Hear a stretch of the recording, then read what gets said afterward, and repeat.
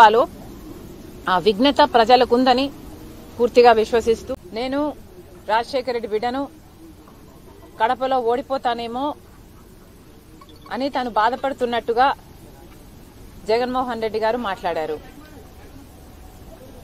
జగన్మోహన్ రెడ్డి గారిని రాజశేఖర రెడ్డి బిడ్డ అడుగుతుంది, జగనన్న గారిని అడుగుతుంది,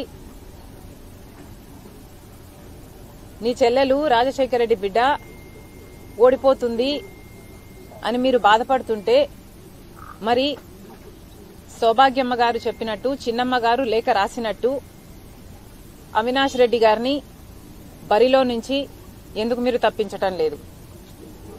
ఇప్పటికైనా ఆలస్యం కాలేదు, విత్డ్రాస్ చేసుకునే అవకాశం ఉంది. మీ బాధ నిజంగానే జెన్యున్ అయితే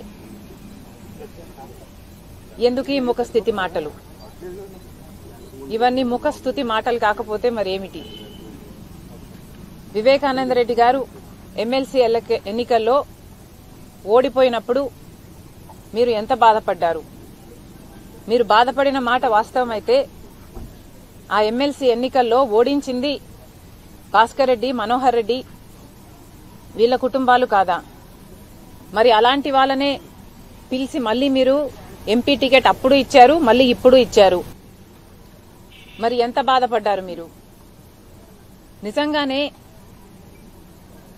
నేనక్కడ ఓడిపోతాను అన్న నమ్మకమే మీకుంటే మరి ఈరోజు ఎందుకు భయపడుతున్నారు?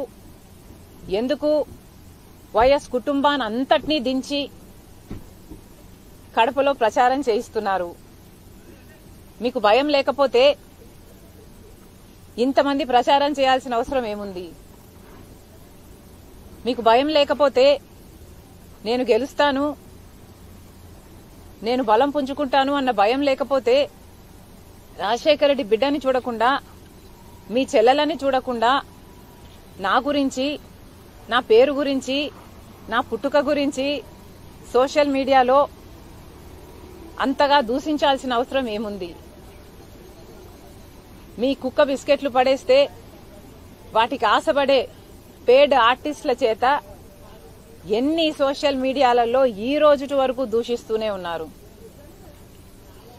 జగన్మోహన్ రెడ్డి గారికి ఓడిపోతాము అన్న భయం పట్టుకుంది కాబట్టే ఈ చర్యలన్నీ చేస్తున్నారు.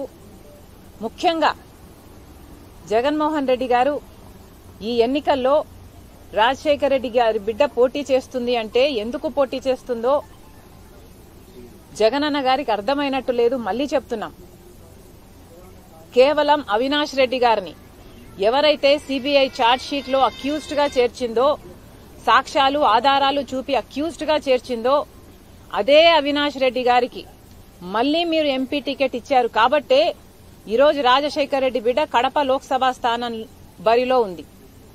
అదే మీరు మన పెదనాన్న జార్జ్ రెడ్డి పెదనాన్న కొడుకులకిచ్చున్నా